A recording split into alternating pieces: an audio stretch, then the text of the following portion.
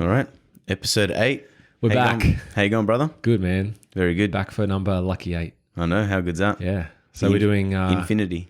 Infinity. Yeah, that's it. So reactivity, huh? Yeah, reactivity in dogs, our topic for the day. You've come to a few sessions now. Yeah. And you've been watching.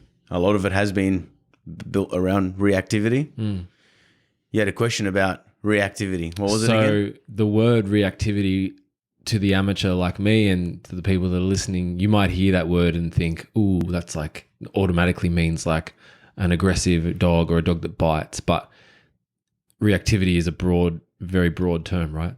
In my belief, I think so. Yeah. If we just look at the definition of what reactivity means, it means that you're reactive to some stimulus that you're faced with. As opposed to proactive.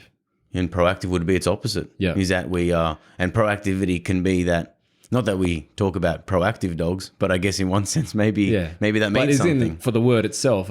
For sure. Yeah. As a definition, proactive is that we respond before the stimulus makes us react. Mm-hmm.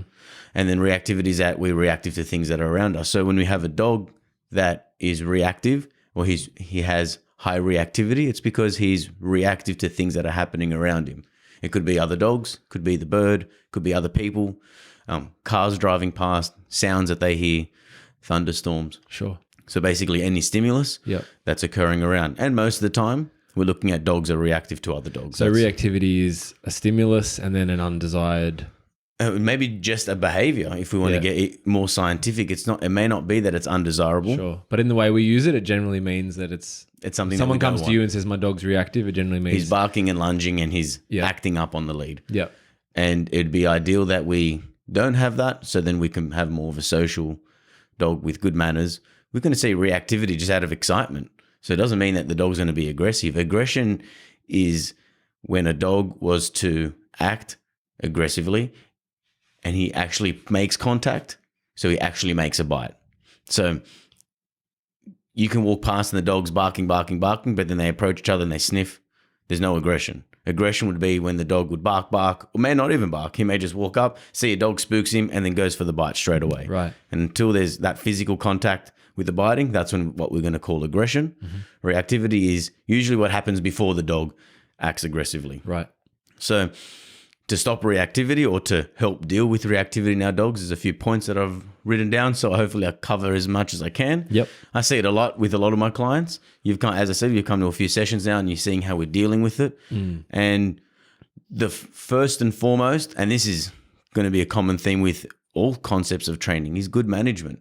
If you have your door wide open of your house and the dog walks past and your dog runs out and starts barking and then potentially becomes aggressive, bad management makes a bad outcome. Yeah, you could have fixed that probably 10 steps earlier. Or if, let's say, like the dog barks at every person that walks past the house. It's like, well, why are you letting the dog see through the fence? Or for sure. And some people can't change their house. So, but at least like in terms of real management, you want to have your doors closed when they don't need to be open. If you are going to have the door open, then manage your dog by having him in the backyard or in his crate.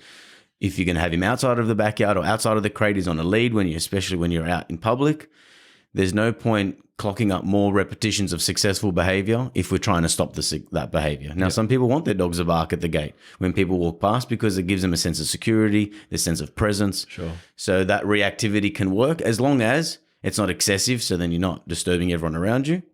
But if someone was to enter the doorway, for example, or the gate, and then the dog starts barking, then people use that as like their doorbell. It kind of gives that space where burglars are less likely to come to your house if the dog's making a lot of noise, even if it's a small dog. Yeah. It's so some reactivity can be a positive thing.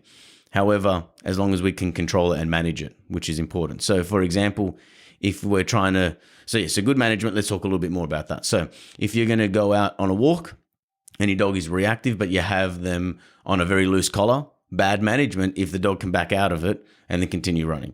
Or for example, management would require you, if you're going to go out, have those reinforcers on you. If your dog's motivated by food, then have food with you so we can start harnessing that dog's focus and attention and rewarding them accordingly for them to understand behaviors that we're looking for. Being prepared for that behavior. Be prepared for it, of course. So in your case, I mean, when I've seen you work with the client's dogs, you use a martingale collar for the dogs.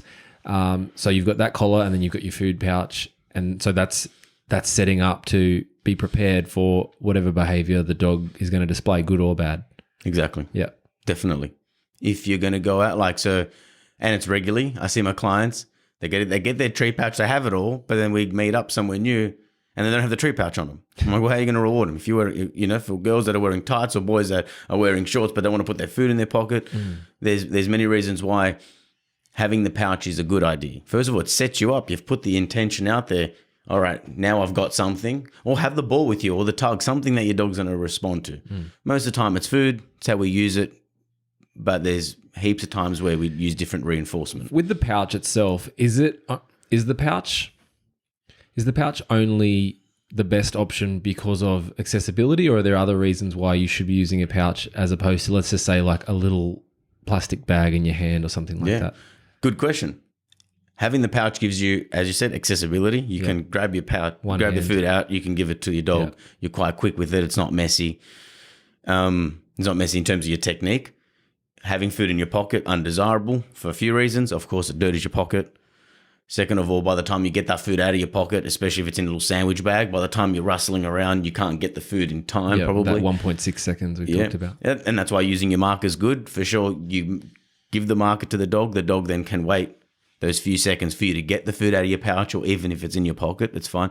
However, if you're using a plastic bag and you're trying to rustle inside your pocket, you've created a new conditioned response. The dog hears a right, and the dog starts looking at you. Maybe you're preparing to get the food because the dog's seeing a dog, and the dog has probably done everything that you wanted. However, you didn't mark accordingly to how the program is. The program would be that you set yourself up that the word yes means food's coming.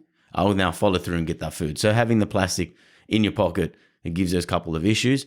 And it's harder, like, for example, if you have the pouch on, you know that you're using it. Where if you don't get into the habit of having that pouch, then over time you may forget to take the pouch, you may forget to reward and different things like that. So I think those are like some of the reasons why a tree pouch is important. Yeah. If you walk around with food in your hand, it's very obvious to the dog. Right. The dog can see your hand in a certain way that when you're holding something, and when you're holding food, you got a clenched fist. Your hand's normally up above your waist. So the dog sees that or smells the food and then knows, oh, food's ready now. So then, that itself becomes a Pavlovian thing for the dog, right? For sure. Yeah. He's also saying that you're about to reward me now, so of course I'm going to listen to you. Right. But then when there's no food in the hand and the hand goes back into normal, ordinary body language, then the dog goes, well, there's nothing available. Yeah. There's no opportunity now for me to get rewarded. Yeah.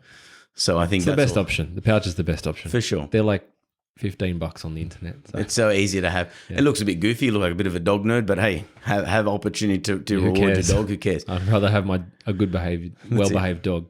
And this is more for like in the initial times of training. There's times where everything's come good and we don't need to reward as much as we're rewarding, and we've proofed a lot of the behaviors, and you go for a walk. There's no food involved with the walk. Obviously, you're not walking around with the food pouch when you're walking Nookie and Spades. That's it. And most of my clients won't if they've gotten to the level where they don't need to. Yeah. That's our goal, that we can do these, set up a structure and expectation without having to constantly reward them. That's much further down the track. That's our goals, So, good management. And of course, talking about the leads is one of our Q&As. Use the right leash so it's comfortable and you set yourself up for success. Using the martingale collar is, for a few reasons, good for training, but and it's good for safety. It's very hard for a dog to slip out of a martingale collar if you have it on adjusted correctly. If you have a flat collar, they can slip out of it.